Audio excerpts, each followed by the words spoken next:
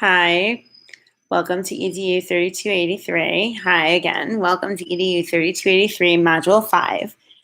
The focus of this week is inquiry, literacy needs assessments, and program research. Some of our learning objectives are going to be identifying the strengths and weaknesses of our schools in terms of literacy and creating literacy teams and writing literacy needs assessments. Other goals and objectives are going to be applying the steps needed in the research, recognizing the importance of being transparent and collaborative when working with your groups.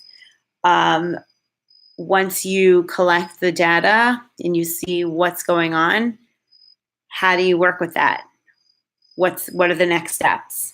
We're going to talk about, and you'll read about this also, differentiating between formative and summative assessments, being able to explain the difference between qualitative and quantitative assessments.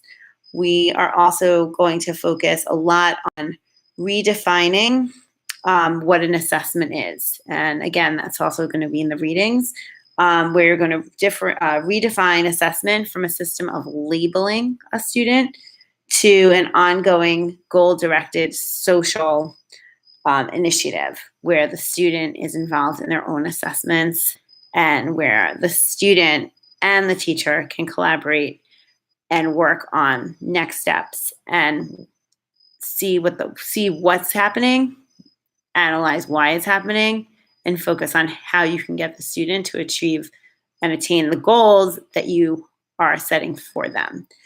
We'll also be talking about ESSA, and ESSA is the Every Student Succeeds Act, and we'll be discussing ESSA and its relation to federal funding, also identifying the tiers of RTI. So that's some things that are in store for us. I just want to focus a lot, even though you'll see it in the slides, and talk about how the goal of the data teams and for obviously for formulating a needs assessment is we really need to make sure that you are in an environment that can sustain high levels of literacy and learning for current and future students.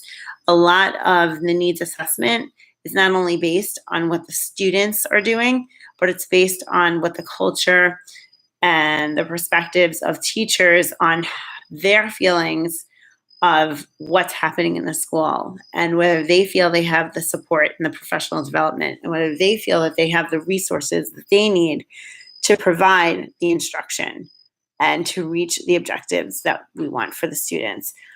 Students' performance data always shows how students are performing, but does not always explain why or how it can be put in place. And that's where your collaborative teams come together.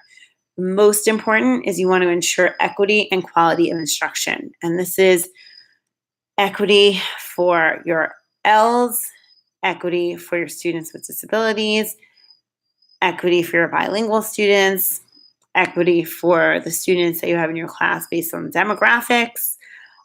Most important, you want to know what are your students doing, what are you as the teacher doing, and what does the environment look like.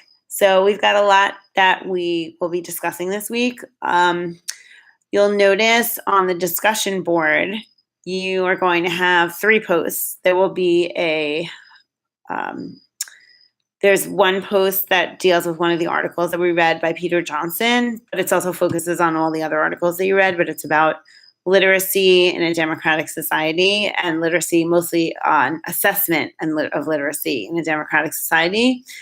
I also want you to review the scenario that they give you in chapter 4 and to ponder while you're reading it, to ponder and think about the questions and then to actually answer one of the questions of what you would do if you were the literacy coach in that situation.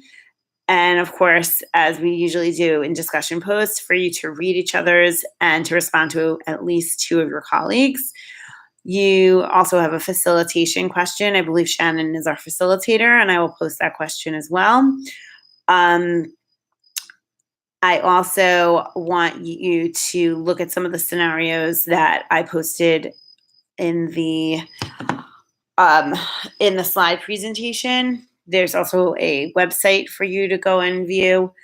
You'll also see in the module under content area, you'll see a video, a YouTube video just of what a school district did with their assessments and what they did with their findings, and how they evaluated and evaluated their assessments to create a plan, an assessment plan.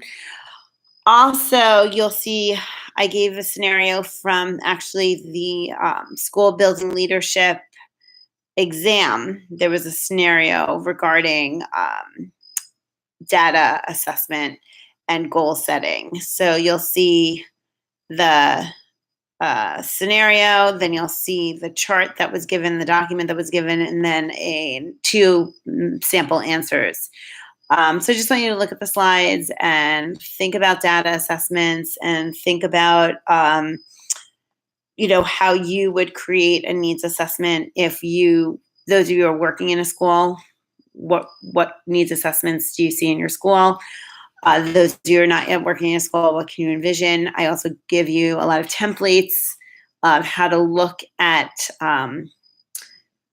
of what to look for as you as whether you're observing the teacher, whether you're observing the student, whether you're working in collaborative groups. What would we look for? What are your goals?